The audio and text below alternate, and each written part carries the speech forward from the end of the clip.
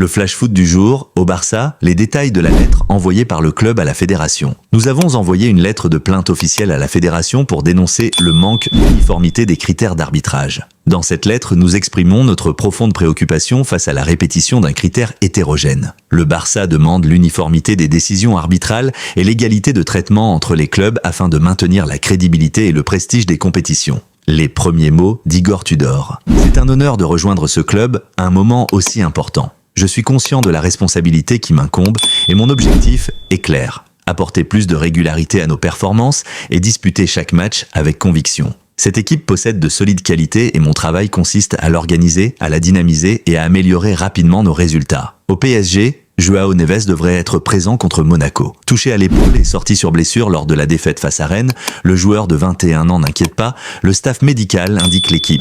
Le média précise que l'international portugais devrait bien figurer dans le groupe de Luis Enrique pour le déplacement sur la pelouse de l'AS Monaco mardi dans le cadre du barrage aller de la Ligue des Champions. À Liverpool, Dominique Szoboszlai rêve du Real Madrid. Marco Rossi, le sélectionneur de la Hongrie, a confirmé que le Real Madrid représente un rêve de longue date. Par la relation très proche que j'ai avec Dominique depuis qu'il est enfant, je peux vous dire que le Real Madrid a toujours été son rêve. Depuis qu'il a commencé à jouer au football, il n'en avait qu'un, porter le maillot du Real Madrid. Après, je ne sais pas s'il pourra franchir ce pas, cela dépendra de lui et de son club. L'idée d'accomplir son rêve est toujours dans un coin de la tête. Mais je n'exclus absolument pas qu'il reste à Liverpool et prolonge, car il y est très apprécié. C'est un joueur très important pour eux, et Liverpool est l'un des plus grands clubs du monde, a-t-il expliqué. Avec la sélection, il ne joue pas pour ce qu'il a fait dans le passé, mais pour ce qu'il fait maintenant. C'est un buteur, un joueur important. Pour nous a expliqué l'entraîneur du Portugal, quand il sentira qu'il ne peut plus aider l'équipe, ce sera lui qui décidera, a-t-il déclaré. Sélection allemande, Nagelsmann s'exprime sur Ter Stegen prêté à Girona pour retrouver du temps de jeu et se relancer dans la course au mondial. Il a vu son élan brutalement stoppé avec une blessure au tendon d'Achille.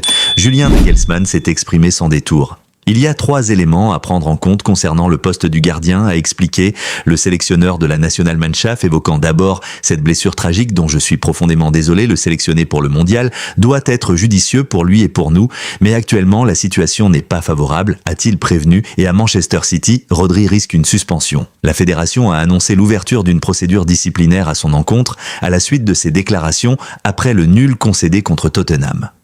Le 1er février, l'international espagnol avait alors mis en doute la neutralité du corps arbitral, estimant que l'arbitre doit être neutre et que certaines décisions n'étaient pas justes. Des propos considérés comme susceptibles de remettre en cause l'intégrité des officiels en infraction avec le règlement de la FAE. Rodri dispose désormais de quelques jours pour présenter sa défense et s'expose à une éventuelle sanction. Vini Junior, le joueur du Real Madrid, a une nouvelle façon de tirer les pénaltys. Ça a été plutôt efficace. Il a réussi 2 pénaltys tirés contre la Real Sociedad. Donc samedi soir, les 2 ont été marqués. Donc en gros, il a utilisé la méthode de Jorginho, ancien joueur de Chelsea. Donc c'est quoi cette méthode de tirer le pénalty? En gros, le fait de sauter avant le tir, les 2 pieds décollés au sol, permet aux joueurs de lire le gardien et décider où tirer. Et à noter, vu qu'on parle de Vini Junior qui a réalisé un très gros match contre la Real Sociedad, on espère que demain ce soit la même chose contre le Benfica. En tout cas, Vini est le joueur brésilien le plus décisif dans le top 5 des grands championnats européens avec déjà 21 buts